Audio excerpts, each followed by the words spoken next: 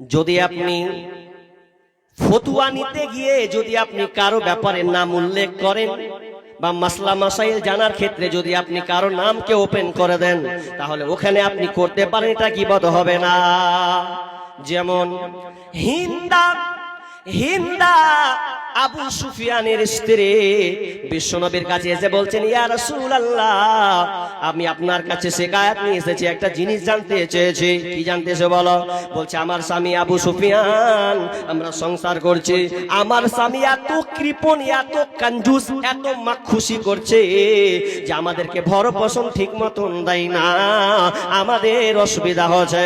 তখন বিশ্বনবী বললেন হিন্দারে, এক কাজ করো, তুমি যখন শিকায়াত নিয়েছো স্বামীর ব্যাপারে, তবে শুনে নাও, তুমি তোমার স্বামীর উপার্জিত সম্পদ থেকে, টাকা থেকে কিছু কিছু টাকাকে তুমি নিয়ে নেবে, কিছু কিছু টাকাকে টানবে। কেমন টাকা?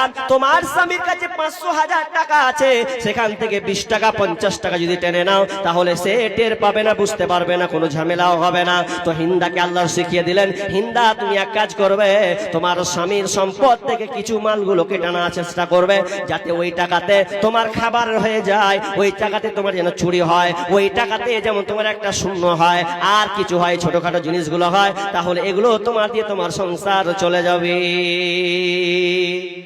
ফতুয়ার ক্ষেত্রে যদি আপনার কোনো মানুষের ব্যাপারে বলা লাগে, তাহলে আপনি বলতে পারবেন, কোনো গুনাহ হবে না, এতে আপনার গীবত করার কোনো সমস্যা নেই। কারণ চটচট করে বলছি, বেশিক্ষণ বুঝাবো না। কয়টা হলো জি ভাই? 3টা হয়ে গেছে না?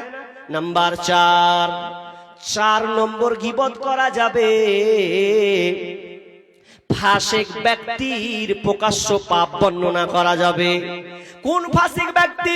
প্রকাশ্য আপনি জানেন এটা মাতাল, প্রকাশ্য জানেন এটা ডাকাত। যেই ডাকাত রাত হয়ে গেলে রাস্তাতে চুরি করবে, আপনি 2টা লোক আছেন, ওই 2টা লোককে বললেন, ভাই খবরদার 10টা-11টার দিকে ওই রাস্তা দিয়ে যাবে না, কারণ আমাদের অমুক এলাকার একটা ডাকাত আছে, ওই ডাকাতটা সব চাইতে বদ। যদি আপনার চোখের সামনে থাকে, আপনি দেখিয়ে দিতে পারেন, এই লোকটা হচ্ছে বড় ডাকাত, অতএব তুমি এর কাছ থেকে সাবধান থাকবে। এই জন্য আপনি ওর যদি কোনো পাপের কথা বলেন, কোনো খারাপের কথা তুলে ধরেন, তাহলে এতে গীবত করা হবে না।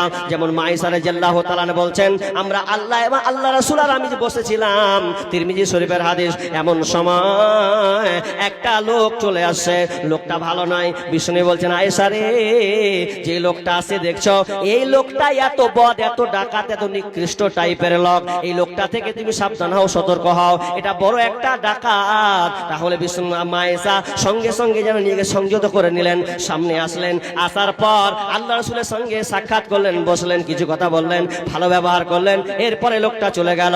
এবার মায়েশা বলছেন, ইয়া রাসূলুল্লাহ, আপনি বললেন লোকটা খারাপ, আবার ওর সঙ্গে আপনি কথা বললেন, ভালো ব্যবহার করলেন।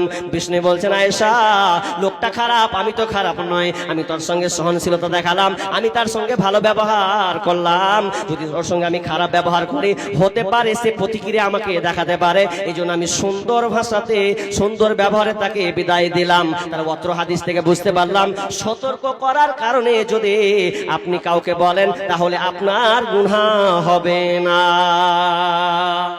4টা হয়ে গেল। নাম্বার 5 নাম্বার গুনাহ হবে না কাতে?